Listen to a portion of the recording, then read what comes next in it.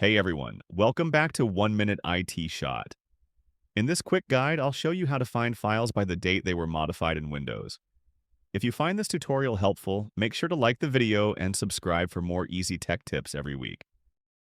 First, open File Explorer from your taskbar or press Windows plus E. Navigate to the folder where you want to search. This could be Documents, Downloads, or even your whole C drive. Now, in the top right search bar, click into it and type date modified with colon, and after that choose month, then date, then year, and slash between them. This will instantly filter and show all files that were modified on that exact date. You can also search a range of dates by typing 2 dates and 2 points between them without space.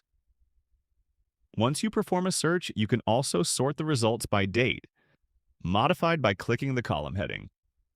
Super useful when digging through old files. And that's it. Now you know how to quickly find files based on their modification date in Windows. If this helped you, please smash that like button, subscribe, and drop a comment if you have any questions.